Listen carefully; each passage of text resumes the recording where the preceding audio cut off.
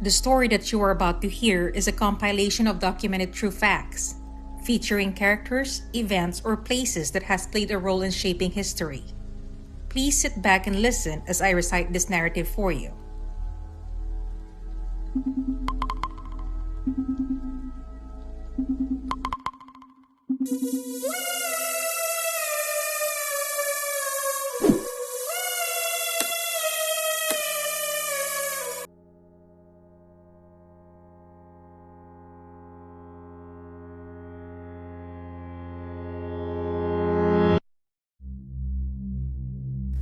In autumn 1982, 7 people in the Chicago area collapsed and died after taking extra-strength Tylenol. The capsules had been laced with cyanide. Those who died were the first victims to die from a new type of murder known as product tampering. The poison capsules had been placed on shelves in 6 different stores by a person intent on killing innocent people at random. One victim was a 12-year-old girl named Mary Kellerman of Elk Grove Village who had a sore throat and a runny nose. On September 29, 1982, her parents gave her an extra-strength Tylenol capsule to ease her symptoms. At 7 a.m., they found her lying on the bathroom floor. She was rushed to the hospital where she was pronounced dead. The doctors initially thought that she had died from a stroke. Later that day, an ambulance was sent to the home of 27-year-old postal worker Adam Janus in Arlington Heights. He was found lying on the floor, his pupils fixed and dilated. His blood pressure was dangerously low and his breathing labored. He was rushed to the emergency room at Northwest Community Hospital. The doctors attempted to resuscitate him, but it was too late. Adam died shortly after arrival of what the doctors thought was a massive heart attack. But the tragedy was going to take more of a toll on the Janus family. That evening, the grieving family gathered at his house to discuss funeral arrangements. The shock of the sudden bereavement hit hard at Adam's 25-year-old brother Stanley and his 19-year-old bride Theresa. They suffered headaches. On the kitchen counter, Stanley found a bottle of extra-strength Tylenol. He took a capsule from the bottle, then handed one to his wife. Soon after, Stanley and Theresa collapsed. Scarcely able to believe what was happening, other family members called an ambulance. When the paramedics arrived, they found the couple in a critical state. They were rushed to the hospital. Stanley died later that day, Theresa 2 days later. The 3 sudden deaths of members of the same family can hardly be ascribed to natural causes. Dr. Thomas Kim at the Northwest Community Hospital initially suspected that a gas leak in Adam's home had killed them. He consulted John Sullivan at the Rocky Mountain Poison Center, who said the symptoms suggested that their deaths might have been caused by cyanide. Blood samples were taken from the victims and sent to a lab testing. News of the deaths quickly circulated among the emergency services. By chance, Elk Grove firefighter Richard Keyworth was talking to his friend Philip Capitelli from the Arlington Heights station about the Mary Kellerman case. It was known that she had taken Tylenol before she died, and Keyworth suggested the Janus deaths could also have been related to the tablets. So Capitelli called the paramedics who had attended the Janus family. They confirmed that they too had taken Tylenol. The police were called and they went to the Kellerman and Janus' homes to retrieve the remaining Tylenol. The next day, Cook County's chief toxicologist, Michael Schaefer, tested the capsules and found that some had been tampered with. Instead of being filled with a harmless proprietary painkiller, they contained some 65 milligrams of deadly cyanide. Only 5 to 7 micrograms are needed to kill the average person. The victims had been given around 10,000 times the lethal dose. Blood samples of all 4 victims then confirmed that they had all been poisoned with cyanide. The authorities contacted McNeil Consumer Products, the subsidiary of Johnson & Johnson, who made extra-strength Tylenol. They immediately warned pharmacists, established a crisis hotline, and began a massive product recall which cost $125 million. but for other victims, it was too late. That day, a United Airlines stewardess, Paula Prince, 35 years old, was found dead in her suburban Chicago apartment. An open bottle of extra-strength Tylenol capsules were found nearby. Meanwhile, 27-year-old Mary Reiner was recovering at home in Winfield, Illinois after the birth of her fourth child when she too turned to Tylenol for relief. She took 2 capsules and died soon after in the hospital where she had just given birth to her son. 35-year-old Mary McFarland of Elmhurst, Illinois was the 7th victim of the cyanide-laced Tylenol. Nobody could be sure that 7 would be the total body count of the Tylenol terrorists, and police drove through Chicago issuing warnings over loudspeakers and sending people rushing home to dispose of bottles. That evening, the nightly news on all 3 U.S. national television networks reported the deaths from the contaminated drug. A day later, the Food and Drug Administration advised consumers to avoid the Tylenol capsules until the series of deaths in the Chicago area can be clarified. This caused a nationwide panic. A hospital in Chicago received 700 telephone calls about Tylenol in one day. In Washington state, Seattle's Poison Control Center informed citizens that if they had indeed been poisoned with cyanide, they would be dead before they were even able to make a telephone call to a hospital or the police. Nevertheless, people in cities across the country were admitted to hospitals on suspicion of cyanide poisoning. Despite the panic, there were no further cases. Officials at McNeil Consumer Products made clear that the tampering had not taken place at either of its plants, even though cyanide was available on the premises. Indeed, as the cyanide-laced Tylenol discovered so far came from different batches and in different shipments from both of the company's plants, the contamination had not happened at the factory. This meant that the tampering had not occurred at the production level, but rather within the stores themselves. What the culprit did was simple but devastatingly effective. They bought the bottles of Tylenol, split the capsules, removed the capsule contents, and replaced it with cyanide, and then returned the bottle to store shelves without anyone being none the wiser in the Chicago area. One of the bottles contained 10 poison capsules, some 5 or less. 1 bottle each was left at the Walgreens Drug Store at 1601 Northwest Chicago, Frank Finer's Foods on Winfield Road, Winfield, and the Jewel Food Stores at 122 North Vale, Arlington Heights, and Jewel Foods 948 Grove Mall, Elk Grove Village. 2 were left at the Osco Drug Store, Woodfield Mall, Schaumburg, and 2 more bottles were recovered from one other retail outlet that was not identified. The choice of locations for placement suggested that the poisoner drove along routes 90, 94, 290, and 294. That way, it would have only taken him a few hours to distribute his lethal packages. He could have done this in the evening without even taking time off from his day job. There was little risk. After all, stores were on the lookout for shoplifters, not people putting products back on the shelves. He picked stores in more affluent residential areas where those who picked the fatal product from the shelves were likely to have been local residents. Investigators had no evidence as to who might have committed the heinous crime, and there was continuing fear that more deaths might occur unless they caught the Tylenol terrorists.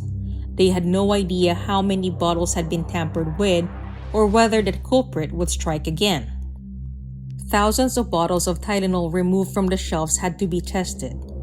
Then, on October 2, 1982, the police discovered another contaminated pack among a batch removed from a drugstore in the Chicago suburbs. In an effort to put an end to the senseless deaths, Johnson & Johnson offered a reward for information leading to the arrest and conviction of the terrorist. The capsules that were recovered all appeared deformed or bulky.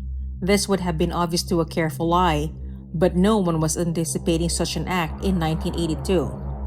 There was no clear motive for the murders as no demand for money was made by the perpetrator. The poisoner could have made money on the stock market as Johnson & Johnson's stock dropped dramatically after the plot was discovered. However, One would have to have had a detailed grasp of stock market trading to make money when a stock is going down. The shoddy work done on capsules themselves hardly revealed that level of competence. None of the victims seemed likely to be the possible target of a murder plot covered up by further 6 random murders. All the victims were relatively young. They were not wealthy and carried no large life insurance policies. The crime brought the killer no fame or fortune. He could hardly boast about what he had done. The police could only speculate that the perpetrator had a grudge against Johnson & Johnson, society in general, or perhaps just the store where he had placed the poisoned Tylenol. Perhaps he had been caught shoplifting in these stores. Unfortunately, this line of investigation led nowhere.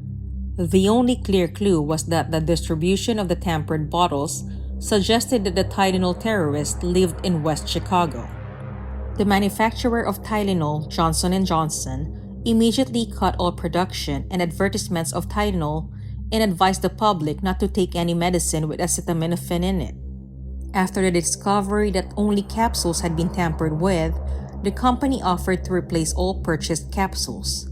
Due to this incident, stricter standards to prevent pharmaceutical tampering were soon implemented, such as tamper-resistant packaging and tampering with medications becoming a federal crime. Another big change was going from a capsule to a solid caplet in the shape of a capsule, as the capsules were found easier to tamper with, without any noticeable signs of tampering. A month after the poisonings, a 48-year-old dockhand who worked at a warehouse that supplied Tylenol to 2 of the stores where the contaminated bottles were sold became the prime suspect.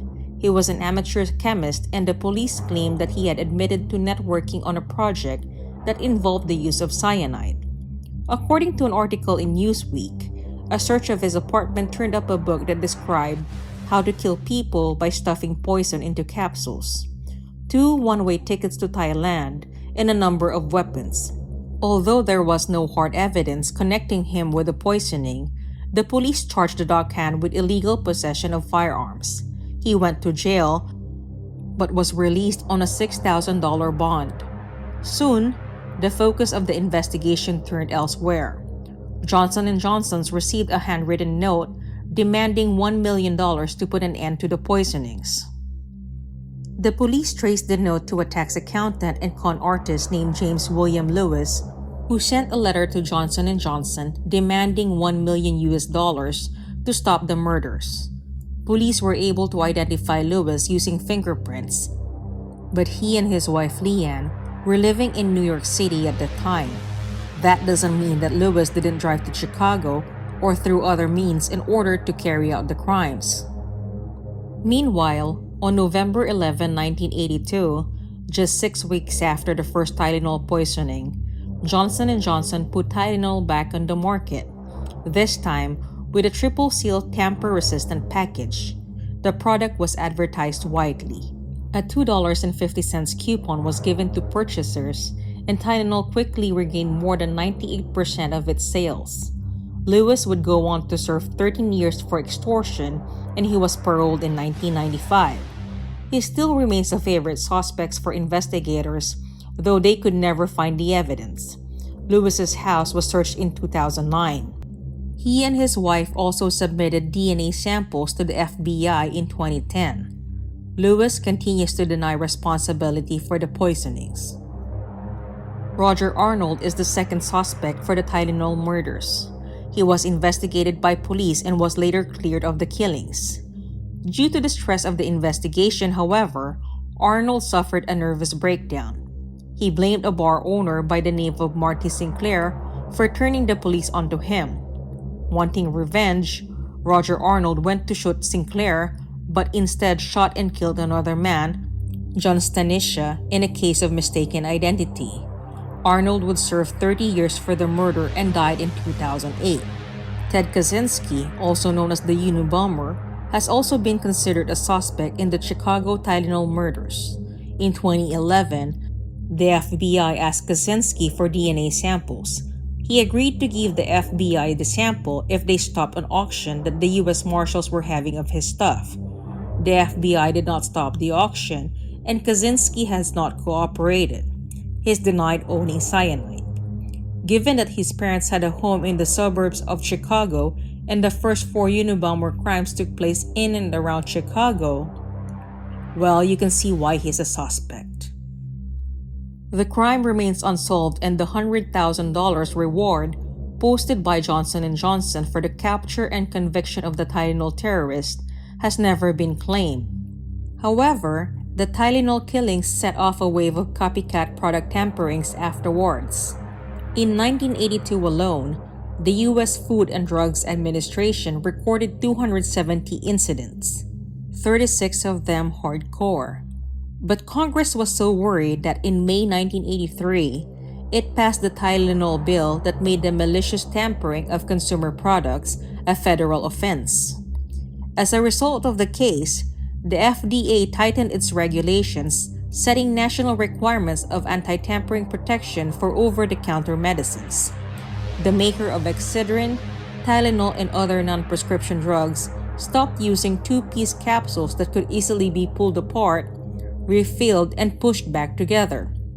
They were replaced with 1-piece caplets in an attempt to prevent tampering by crazed killers. It failed. Many of the product tampering cases that have resulted in death have, for the most part, led to the successful conviction of the perpetrator. Despite the pharmaceutical industry's best efforts to make their products tamper-proof, incidents of product tamperings have continued all over the U.S., with a surprising concentration in the Chicago area. Some 53 threats of product tampering have been received by the FBI, with a postmark from South Chicago or Gary, Indiana, which is part of the greater Chicago area. Other cases of tampering, in some cases using cyanide, have occurred in North Chicago, Lombard, Chicago proper, and outlying areas. The Tylenol terrorist is still at large and could be at work, attempting to bypass the latest tamper-proof devices. If, as seems likely, he was in his 20s in 1982, he will only be in his 50s or 60s today.